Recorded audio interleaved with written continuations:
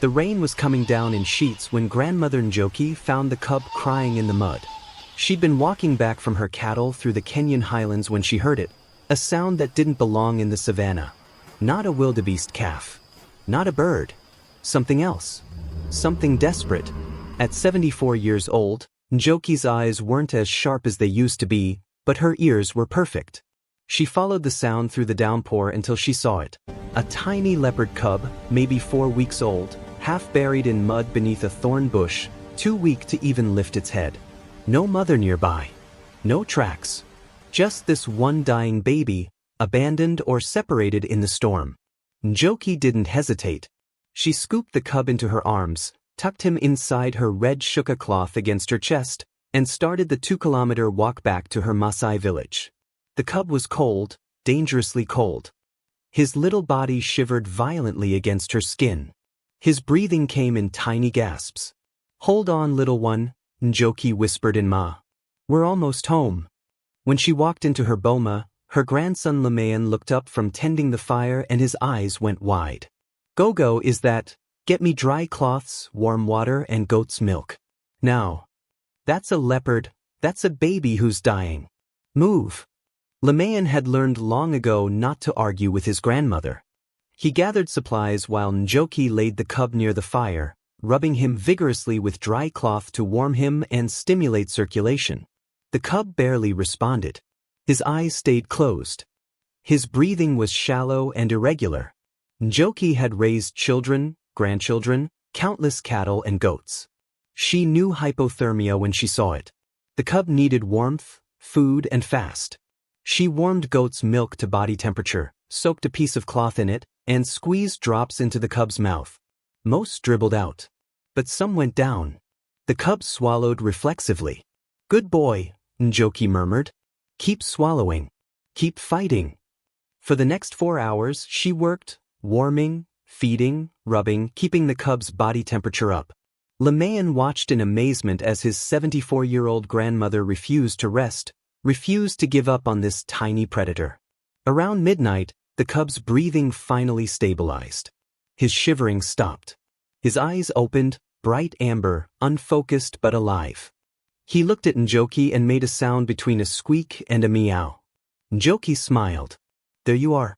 Welcome back." Lemayan knelt beside her. "Gogo, we can't keep a leopard cub. The elders will be furious. And it's dangerous, I know that," Njoki interrupted. "Tomorrow, we call the wildlife rangers. They'll take him to a sanctuary. But tonight he needs me. So tonight he stays." She made a nest of blankets near the fire and placed the cub in it. He immediately curled into a tight ball and fell into exhausted sleep. Njoki sat beside him, one hand resting gently on his small body, feeling each breath, each heartbeat, making sure he kept living through the night. By morning, the rain had stopped.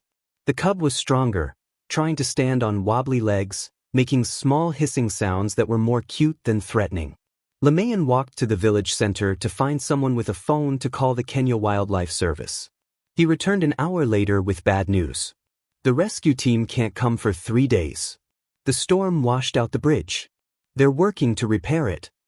3 days? Njoki looked at the cub, who was now attempting to bat at a piece of cloth like it was prey. "Then we care for him for 3 days. Word spread through the village quickly. By noon, a crowd had gathered outside Njoki's boma, wanting to see the leopard cub. The village elder, Parsaloi, pushed through the crowd. "Njoki, you can't keep a leopard in your home." "I'm not keeping him. I'm saving him until the rangers arrive. Leopards kill our livestock. They're dangerous even as cubs. This cub is 4 weeks old and weighs maybe 1 kilogram. Right now, the only danger he poses is to my patients when he refuses his milk." She fixed Parsaloi with a sharp look. "Would you have me leave him to die in the mud?" Parsaloi had no answer to that. Over the next 3 days, something remarkable happened. The cub, whom Njoki named Mvua, Swahili for rain, thrived. He drank eagerly from the cloth. He played with scraps of leather. He followed Njoki everywhere in the small space, his tiny paws patting after her, crying if she moved out of sight. He slept curled against her at night, purring softly while she hummed old Maasai songs. The village children would peek through the doorway, giggling at the tiny leopard wrestling with a piece of rope. Even the warriors who'd been skeptical admitted he was adorable. On the fourth day, the Kenya Wildlife Service rangers arrived in their green truck. The lead ranger, a tall Kikuyu woman named Grace, examined Mvura carefully. "You saved his life," Grace said. "Another night in that storm and he would have died from exposure." "Will he be all right?" Njoki asked.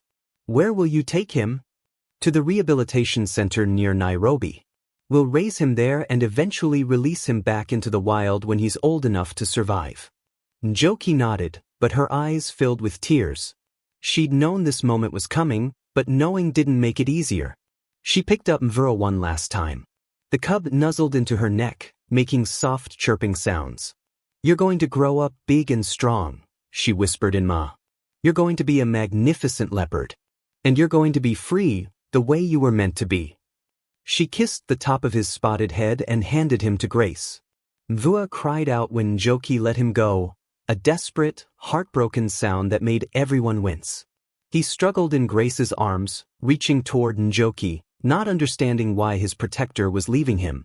"It's for the best," Grace said gently. "He can't become habituated to humans. It would be dangerous for everyone." Njoki nodded, wiping her eyes. "I know. Take good care of him." "We will. I promise." They placed Mvura in the transport cage. He pressed his face against the bars, still crying, still looking at Njoki.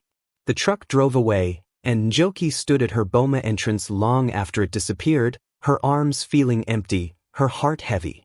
Lemayan put his arm around her shoulders. "You did a good thing, Gogo." "Then why does it hurt so much?" "Because love always hurts when we have to let go." 3 months passed. Njoki went back to her routines, tending cattle, making beaded jewelry, playing with the village children. But sometimes, in quiet moments, she thought about Mvura and wondered if he remembered her. Then one afternoon, Grace returned in her Kenya Wildlife Service truck. "Mama Njoki, would you like to visit Mvua? See how he's doing?" Njoki's face lit up. "He's all right? He's healthy. See for yourself." They drove 2 hours to the rehabilitation center, where large enclosures housed rescued leopards and other big cats. Grace led Njoki to one enclosure where a young leopard, now 5 months old and the size of a medium dog, was climbing a tree. "That's him?" Njoki asked, amazed. "He's so big." "Leopards grow fast. He's healthy, strong, learning to hunt. Everything we hoped for." Grace called out, "Mvua." The young leopard's head snapped around. He looked down from the tree, searching. And then he saw Njoki. What happened next left everyone speechless. Mvura leaped down from the tree and ran to the fence, not aggressively, but eagerly, the way a dog greets its owner. He pressed himself against the chain link, making chuffing sounds, his tail curved upward in clear excitement. He remembered her. "That's impossible," one of the other keepers said. "He shouldn't recognize someone after 3 months. Leopards don't bond like this." But Mvura was making sounds Njoki recognized, the same chirping noises he'd made as a tiny cub. He was trying to reach her, pawing at the fence gently, not trying to break through but trying to connect. Njoki knelt at the fence. "Hello, my Mvura. Look how big you are. Look how strong." Mvua pressed his face against the fence, and Njoki carefully placed her weathered hand against it. They stayed like that for several minutes. The old Maasai woman and the young leopard, reconnected across a barrier that kept them safe from each other but couldn't break the bond formed during 3 desperate days. "This is incredible," Grace whispered, recording the interaction on her phone. "I've worked with rescued leopards for 10 years. I've never seen anything like this." After 20 minutes, Njoki stood. "I should go. I don't want to make his transition harder." "Actually," Grace said slowly, "I want to ask you something. Mvua is healthy physically, but he's struggling. He's too aggressive with other leopards, too anxious alone. We think he imprinted on you during his critical development period." She paused. "Would you consider visiting once a month? Research shows some rescued animals do better with consistent contact from someone they trust." Won't that make him too comfortable with humans? It's a balance. But right now Mvua is stressed. Your presence calms him. Maybe with your visits, he'll feel secure enough to socialize with other leopards and eventually be released. Njoki looked at Mvua, who was still watching her intently. Once a month. Just visits through the fence. It might be exactly what he needs. Then yes. Of course yes. For the next year, Njoki made the monthly journey to the center. She would sit by Mvua's enclosure for an hour, talking to him in Ma, singing the songs she'd sung when he was tiny, telling him about the village. And something remarkable happened. Mvua's behavior improved. He became less aggressive. He learned to hunt. He grew into a magnificent male leopard, powerful, spotted coat gleaming, amber eyes bright. But every month, when Njoki arrived, he would come to the fence, press his face against it and chuff softly, his way of saying hello. At age 2, Mvua was finally released back into the Masai Mara ecosystem. The rehabilitation team was nervous, but Mvua adapted beautifully. Camera traps showed him hunting successfully, avoiding human settlements, thriving. But twice a year, something strange happened. Mvua would appear near Njoki's village, never entering it, never threatening anyone, just visible on a distant copy at dawn or dusk. Watching. Checking in. Making sure Njoki was still there. The wildlife rangers installed cameras to document this behavior. Mvua would sit on a distant rock outcrop, clearly visible, and stay for about 20 minutes. Then he would disappear back into the wild. It was as if he was visiting his grandmother. Dr. Wanjiru, a wildlife biologist from Nairobi University, studied the footage. This challenges everything we know about leopard behavior. Mvua remembers Mama Njoki after years. He's checking on her. This suggests emotional bonds and memory far beyond what we've documented. When journalists came to interview Njoki, she simply smiled. He's making sure his old grandmother is all right. That's what good children do. Njoki is now 81 years old. She still lives in her boma. She still tends her cattle. And twice a year, she wakes early, prepares special food, and walks to the edge of the village. And Mvua comes. Older now, battle-scarred from territorial fights, but still magnificent. He sits on his kopje, and she sits on the village boundary, and they look at each other across the distance that keeps them both safe. No words. No touch. Just the knowledge that the bond formed during 3 desperate days in the rain is still there, still strong, still remembered. If this story moved you, share it. Tell us in the comments, have you ever rescued an animal that never forgot you? Hit like and subscribe for more stories proving that love transcends species, that memory lasts a lifetime, and that the smallest acts of compassion create the deepest bonds. Because somewhere in the Masai Mara, a leopard walks the savanna, wild and free, but twice a year, he visits his grandmother, the Masai woman who refused to let him die in the rain. Sometimes the fiercest predators have the softest hearts.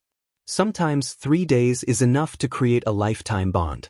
And sometimes the best way to love something wild is to save it and then let it go.